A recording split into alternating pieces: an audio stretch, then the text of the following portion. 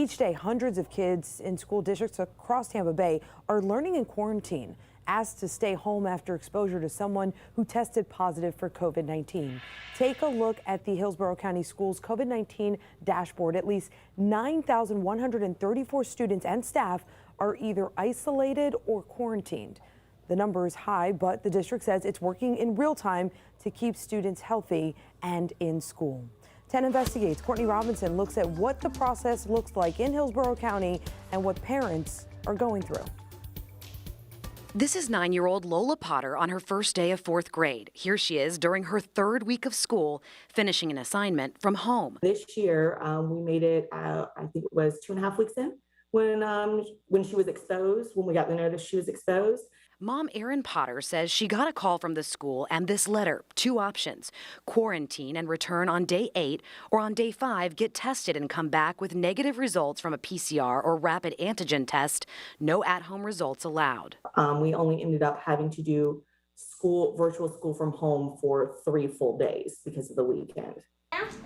The shorter quarantine periods this year mean less classroom time students who are exposed potentially miss. Jenniferspirano is the district's COVID commander. The district, not the health department, has the role of contact tracing and quarantining. It takes time. Each positive case takes up to 3 hours. And basically what it looks like is reviewing seating charts and interviewing older students and the parents of younger students to make sure that we identify who their close contacts are. When and if they test positive. A typical seating chart looks like this. If all students are wearing masks and one tests positive, only those seated less than 3 feet away have to quarantine. Seating charts are critical components in the tracing process. 10 Investigates heard from an educator at an elementary school who got these messages urging teachers to update digital seating charts with names and distance apart, saying it was the one thing slowing down the process. This same teacher says in some cases entire classes are being quarantined. Do you feel like you all are limiting the spread by the measures that you're taking? We are definitely limiting the spread through our contact tracing and quarantine procedures. And the evidence in that comes through when a student who takes a test on day 5 tests positive. We know that we identified the correct student based on exposure, and we've prevented that spread to other students.